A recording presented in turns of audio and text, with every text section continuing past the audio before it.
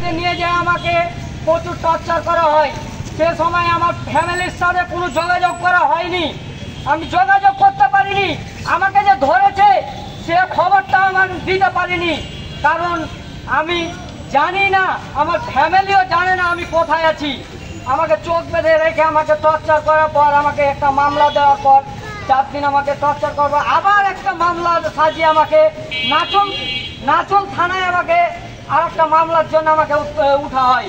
আমি যখন আমার জজ স্যারকে বলি, স্যার আমাকে এভাবে করে আমাকে পরীক্ষা রুম থেকে তুলে নিয়ে এসেছে, আমি কিছুই জানি না, আমাকে এভাবে টর্চার করা হয়েছে, আপনি আমাকে আমার সুষ্ঠু বিচার করেন। বলছে তোমার কোনো ফ্যামিলির লোক নাই, তোমার কোনো উকিল নাই।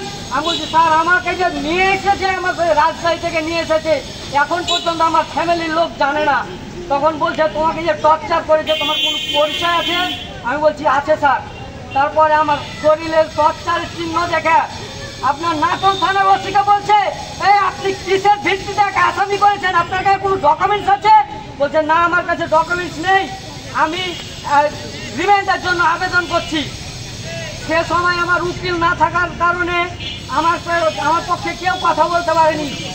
আল্লাহ জজ সাহেবকে হায়াত দারাজ করুক, সে আমার পক্ষে থেকে বলেছে কি আর ওর পক্ষে কোনো যুক্তিতর্ক কোনো কিছু আপনার কাছে নাই, প্রমাণ নাই, কিসের ভিত্তিতে আপনি অ্যারেস্ট দেখাচ্ছেন, কোথায় আন পেয়েছেন?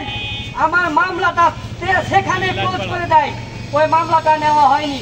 কিন্তু প্রথমে আমি তো বলতে পারিনি, আমি এই সম্পর্কে আমার ধারণা ছিল না, কোথায় কি বলবো।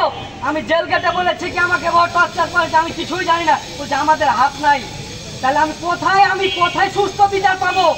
আমি এতদিন স্বৈরাচারী সরকারের কারণে আমি সুস্থ বিচার পাইনি।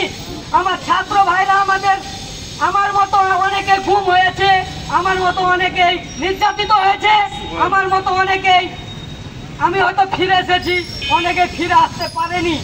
তাই আমি আমার ছাত্র ভাইদের কাছে আমার অনুরোধ, এরকম ধরনের যে ছাত্র ভাইরা গুম হয়ে আছে, আমার মতো যারা নিপীড়িত হয়ে আছে, তাদের সহ আমার সুষ্ঠু বিচার আমি দাবি করছি। এ বলে আমার সংক্ষিপ্ত